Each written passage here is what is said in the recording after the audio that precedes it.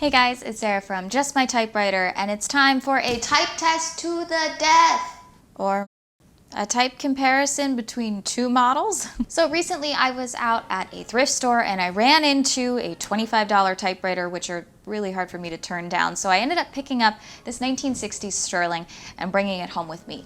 It also was blue, so I stood no chance. One thing I've been trying to do is cut down my collection and really focus and hone in on what I love about typewriters and collect those, and then rehome the other ones that I don't use as much so there are more typewriters out there in the world.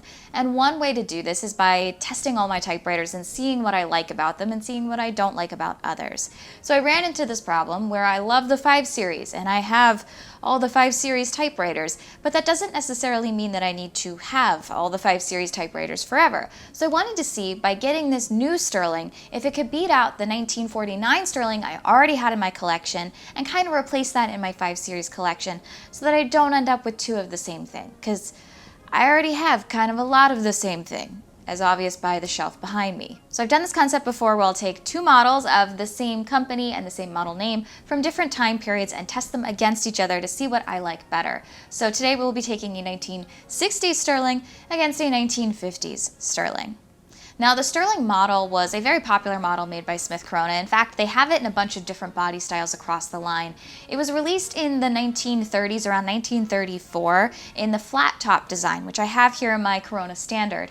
Now, the Standard was released a little bit before this, and at the same time, the Clipper model came out, as well as the... No, it wasn't the Clipper model, it was something else. Oh no, check the script. The Silent and the Standard came out around the same time as this flat top design for the Sterling in the 1930s. And this was considered the 1A version of the Sterling because it was the first one. Now, they also went up in body designs as well. So we talked a little bit about the black crinkle paint machines with the racing stripes that came out a little bit later, which eventually became the Clipper as well. It replaced the Standard. It became the Clipper, which is part of the 5 series. And then they also advanced to then eventually become the 1950s body style that we're very familiar with, and the Sterling kept on going into this 1960s 5AX version, which is what I have here, and it went even further into what I consider like the standard classic 12 or Galaxy body style that I have in my classic 12. They also made Sterlings in that design. So companies will do this. They'll take one model name, and every time they redesign the body for their portables, they'll put the new name on that body. And so that happens across the line in a lot of machines, and that's how you get to test things like 2 Sterlings against each other from 2 different time periods. So I have here 2 Sterlings. I have my 1949 Sterling. Now, this is the classic 5 series body style. It's a little bit before the 50s, but it's in that same body design of the Sterling, which you get in the classic 5A series from the 1950s. And this is really my preferred body style of any kind of typewriter. I really love the 5 series from the 1950s. I have the Clipper, I have the Sterling, I have a Silent, and I have a Silent Super. Apparently there's a model named a Super, which I didn't know existed, and I don't have that one. If you know more about the Super, let me know below, because I'm not sure it existed. But the idea behind these 5 series were that they were the portable design of the Smith Coronas in the 1950s. Very portable, very durable, and what I like about this line specifically is that they had all these different models with different features, and each time you went up to a new model, you got brand new features. So at the bottom of the line was the Clipper. It was the base model. It had all the basic typewriter functions, but it was missing things like the rabbit ears at the back of the typewriter, or it didn't have as many keys on the keyboard. As you went up the line, you get the Sterling, which had a few more features. It does have the rabbit ears, which I think are kind of cool on the back. It also has a few more keys, a few other functions. Above that, you get the Silent typewriter, which again was one of those models we had in the flat top design, and it went up the line along with the Sterling. It has a few more features on it. It gets the racing stripes in the 1950s. It gets a few more keys on the keyboard. And then at the top, you get the Grand Slam, really souped up version with the Silent Super. Silent Super. And that has all these additional features, including this interesting tab mechanism on the one side of the keyboard. Now, after the 1950s, they redesigned the body for some of them a little bit, and that's how you get the 5AX series, which is what I have in this brand new blue sterling. Now, mine is from 1964, and it is a 5AX machine, and it's got a couple different features that the original sterling from the 1950s didn't have, including that weird tab thing on the keyboard that we get from the Silent Super. That is now on the 60s version of the sterling, so it does kind of make it a little bit different in its functionality and how it does things compared to the 1950s machine. Now, I did some research into the advertising of these 60s machines because I didn't know as much about them as I did the 5 series, because again, I have a problem with the 5 series. So I looked into some ads about these 1960s 5AX series machines, and I learned a few things. They were considered to have all of the functions of an office typewriter in a portable design, and instead of being right above the clipper when you were looking at models in the 5 series, they were kind of more between the Galaxy style body of those machines and above the ultra portable design of the Corsair. Now, for a long time, the Skywriter was the ultra portable version alongside the 5 series. They started those in the 40s and they went up through the 50s, but in the 60s we get the Corsairs and the Corsair Deluxes, and those were the ultra portable replacements. So instead of being above the clipper and below the Silent, the sterling became the middle portable machine between the ultra portable of the Corsairs and the kind of souped up portable of the Galaxy body style. The Galaxy, for example, had a jeweled escapement. It might have a removable platen. It was made of steel. It had more characters. The sterling had 88 characters on it, and then of course the ultra portable would always have fewer keys so they can make it lighter weight, and it had 84 characters on it.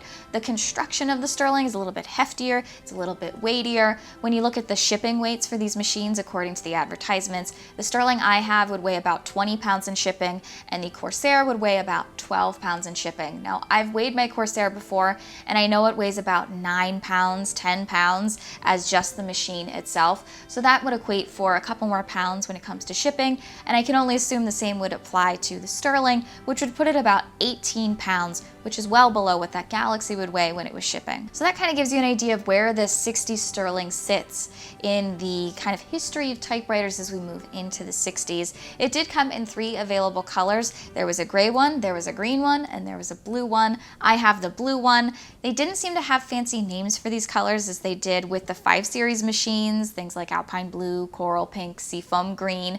I did find that they were just called metallic blue, metallic gray, and metallic green. So I have a metallic blue sterling from 1964. I really do like the aesthetics of this style. I think it takes some of the interesting things from the 1950s machines and just amps them up a little bit, in the same way that I really like the rounded design at the top of the Futura from the 1960s from Royal. I really like the rounded top design on this sterling specifically. I think it looks really snazzy compared to some of the squatter versions of the 1950s machines. This one sits up a little bit higher. I think it looks very sleek.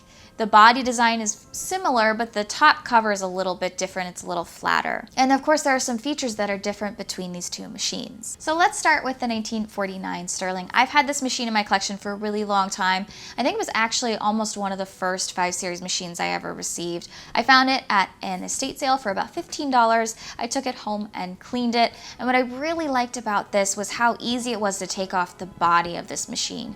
I've run into some trouble taking apart machines before. I find it's always easiest to start by taking off the body paneling so you can get to the innards to clean, and in ultra portables I find that really complicated. But what I really liked about the 5 series when I first started working on them was how easy it was to take off those body panels. So when I got this first sterling, I was really impressed with how intuitive it was, and it really helped me fall in love with this brand and specifically this model. So it's easy to take apart. It is a step above the clipper, so you do have some additional features, things like the rabbit ears on the back, the easy removable platen on the sterlings and the Silents and the Silent Supers. Those are features that I really adore about the 5 series. That's where I first discovered removable platens. I really like them here. They do have levers for this. You also can see here on the side the really sleek design of the carriage return arm, which is a little bit chunkier in the 1960s version. It comes in a brown crinkle paint finish. It's got a leaf typeface.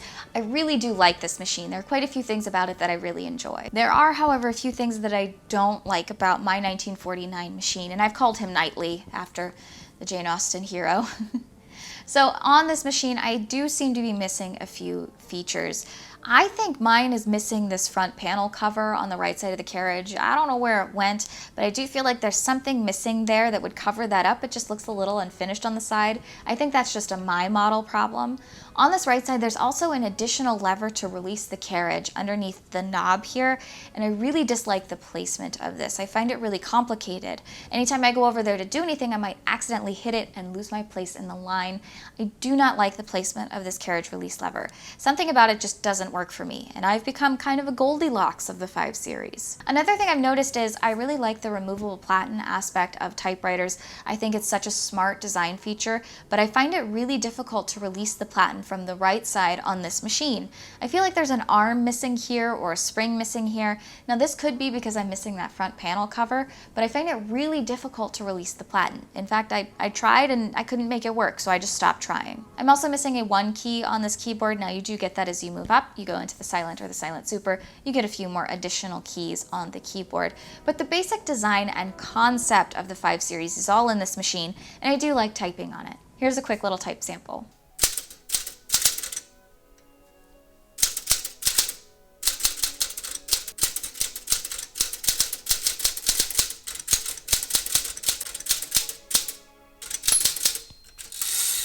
And here we have the 60s version of the Sterling. Now, caveat, apparently mine's missing a platen knob, which I didn't realize in the store when I bought it.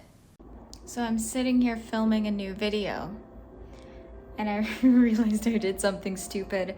I wasn't even paying attention in the store.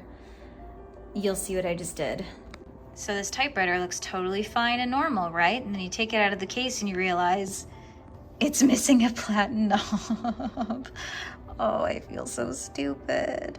So, that happened, but I have started working on replacing that, so eventually it'll have 2 platen knobs. Mine right now doesn't.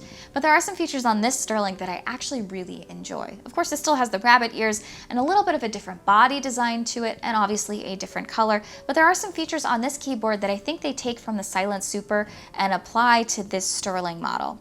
Things like that tab set and clear on the side of the right keyboard, I really think is interesting. That was something that looks really different across the keyboards on the 5 Series when you're looking at those models. Here they apply it to the Sterling model, and I think that could be really helpful because it puts all of your controls right on the keyboard. I also prefer the carriage release levers on the right side on this machine. I don't find I trip them as easily. I find it makes a lot more sense. There are fewer levers for me to get confused by. I really prefer that on the carriage itself. Now it could also be that because I'm missing a platen knob there, it's easier for me to use it, but time will tell on that one. The carriage return arm on this machine I find is a little bit beefier. It doesn't follow the body on the profile side of the machine as well as I think the 5 Series one does. I love the curve in the design, but I actually like how hefty and chunky this carriage return arm lever is, but that might also be because, again, I'm missing a platen knob, so I might just like how big it is because I can grab it and run it across. I do find that the Galaxy carriage return arms are also quite large. And here's where I'm talking about that platen arm for removal. The platen on this is much easier to remove because there's an additional lever in the front of the platen that helps release the removable platen from the side of the right hand of the carriage. So I do kind of prefer that there's this obvious lever here that I can push to release the platen. I find it really difficult to remove the platen on the 50s version of this machine, but there's an obvious lever here that I think just makes it so much easier to lift out that platen and remove it from the machine. So here's a little type sample of this one.